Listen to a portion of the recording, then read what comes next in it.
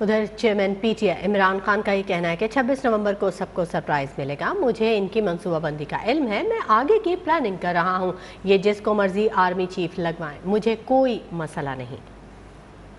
لاہور میں اپنی رہائش گاہ پر صحافیوں سے گفتگو میں عمران خان نے کہا کہ مجھے ان کی پلاننگ پتہ ہے, لیکن میں آگے کی پلاننگ کر رہا ہوں. یہ جس کو مرضی آرمی چیف لگائیں, مجھے کوئی مسئلہ نہیں. نئے انتخابات کے علاوہ ملکی مسائل کا کوئی حل نہیں.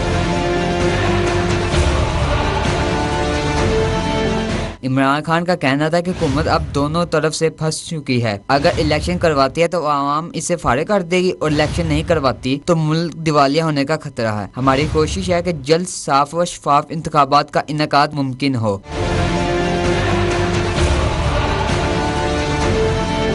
چیئرمین پی ٹی آئی نے کہا کہ صدر مملکت ڈاکٹر ارح الوی کے ذریعے پیغامات بھجوائے گئے, لیکن میرا ایک ہی مطالبہ ہے, الیکشن کی تاریخ دیں, پھر بات چیت ہوگی. میرے خلاف پوری ریاستی مشینری استعمال کر کے گری کے علاوہ کچھ نہ نکال سکے. اس معاملے پر عدالت جا رہا ہوں.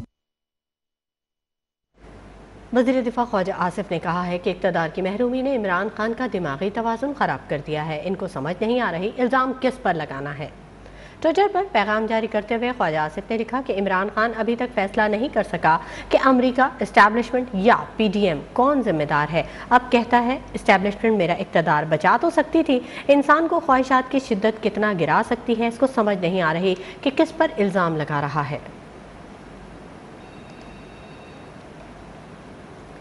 وزیر ریلوے خواجہ سعد رفیق نے کہا ہے کہ chairman P T I Imran Khan کا جلدی انتخابات کا مطالبہ بلا جواز ہے.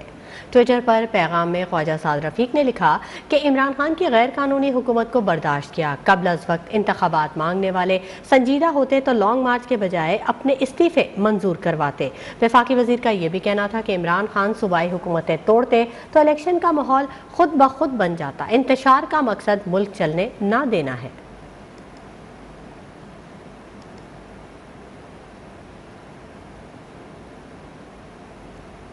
لانگ مارچ نہیں, آپ فرلانگ مارچ کرتے ہو پھر گھر بیٹھ جاتے ہو. کہتا ہے مجھے حکومت دو کیونکہ اس کا ایجنڈا مکمل نہیں ہوا.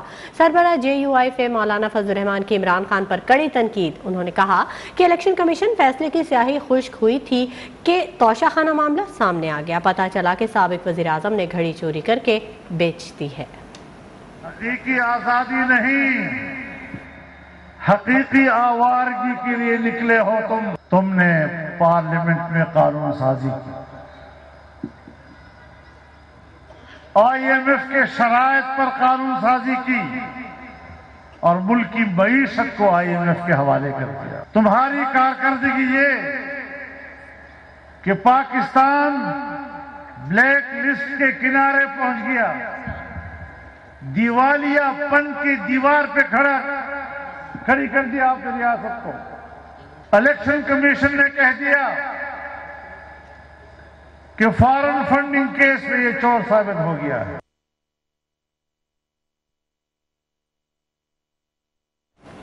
وزیر اطلاع سندھ شجیل میمن نے کہا کہ وزیر اعلیٰ پنجاب بھی عمران خان کو جھوٹا سمجھتا ہے. عمران خان اب بند سیاسی گلی کی طرف گامزن ہے.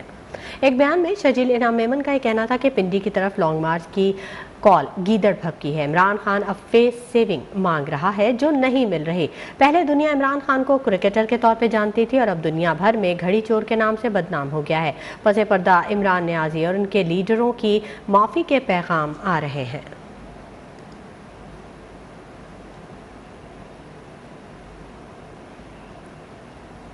اسلام آباد کی انسداد دہشت گردی عدالت میں عمران خان کے خلاف کار سرکار میں مداخلت کے کیس کی سماعت آج ہو گئی. چیئرمین پی ٹی آئی کے خلاف تھانہ سنجانی میں دہشت گردی کے دفعات کے تحت مقدمہ درج ہے. گزشتہ سماعت پر عدالت نے آج تک عبوری ضمانت منظور کی تھی. تفصیل جاننے کے لیے ہم نے رابطہ کیا ہے اپنی نمائندہ امبرین علی سے جو کہ اس وقت جوڈیشل کمپلیکس کے باہر موجود ہے. امبرین، اپڈیٹ کیجیے گا، کیس کی سماعت کب تک شروع ہوگی؟ بالکل جی، اس وقت موجود ہوں میں انسداد دہشت گردی عدالت کے باہر. کچھ ہی دیر بعد chairman P T I Imran Khan کے خلاف تھانہ سنجانی میں مقدمہ درج کیا گیا تھا کار سرکار اور احتجاجی مظاہرے کے حوالے سے. اس حوالے سے کیس کی سماعت کچھ ہی دیر بعد انسداد دہشت گردی عدالت کے جج راجہ جواد عباس حسن کریں گے. جبکہ اس وقت تک پی ٹی آئی کا کوئی کارکن جو ہے وہ عدالت کے اندر یا احاطے میں نہیں پہنچ سکا ہے.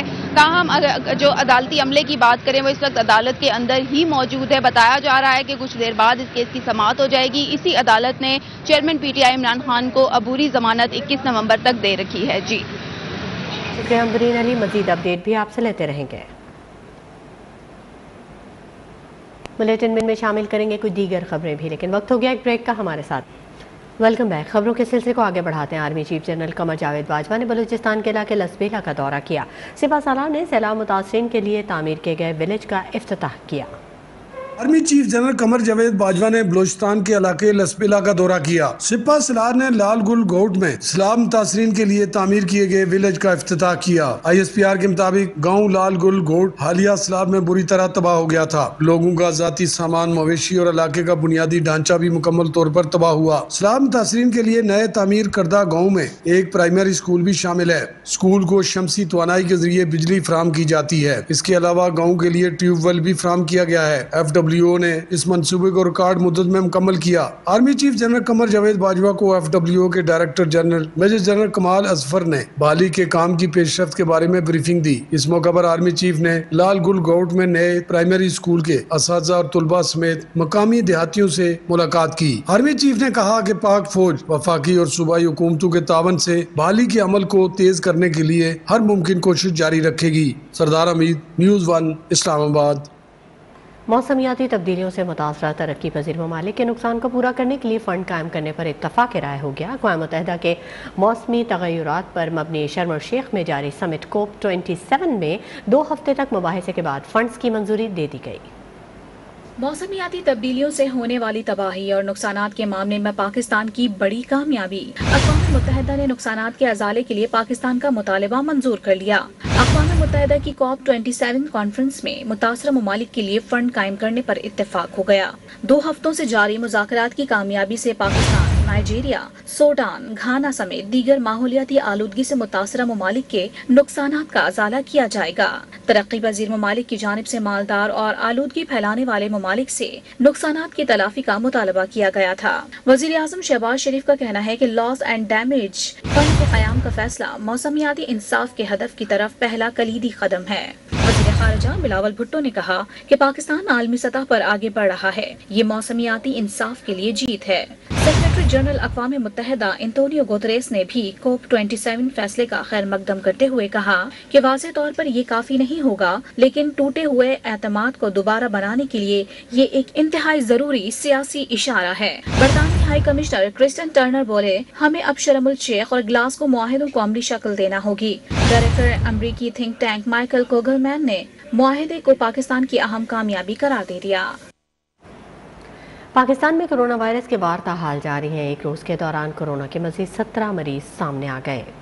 قومی ادارہ صحت کے مطابق 24 گھنٹوں میں کورونا سے کوئی ہلاکت رپورٹ نہیں ہوئی. ملک بھر میں ایک روز کے دوران کورونا کے 5435 ٹیسٹ کیے گئے، جن میں مثبت کیسز کی شرح 0.31% رہی. کورونا کے 42 مریضوں کی حالت تشویشناک ہے.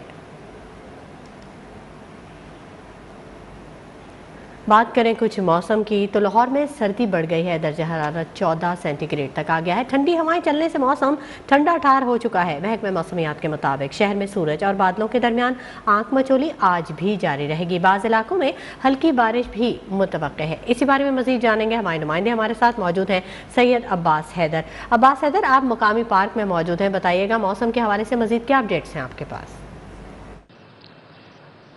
جی بالکل، لاہور میں سردی نے ڈیرے جما لیے ہیں. رات کو ٹھنڈی ہوا چلتی رہی، جس کی وجہ سے ٹمپریچر جو ہے وہ بہت زیادہ ٹھنڈا ہو گیا. اور اس وقت اگر لاہور کے موسم کی بات کریں تو سورج پورے آب و تاب کے ساتھ چمک رہا ہے، لیکن ٹھنڈی ہوا اور ٹھنڈی آب و ہوا کی وجہ سے سورج کی جو شعاعیں ہیں وہ زبردست انرجی دے رہی ہیں، اور لوگ صبح سویرے سورج کے اس شعاؤں کو انجوائے کرنے کے لیے پارکوں کا رخ کر رہے ہیں، اور اپنی گھروں کی چھتوں میں بیٹھ کے جو ہے وہ اس ٹھنڈی موسم میں سورج کی شعاؤں سے لطف اندوز ہو رہے ہیں.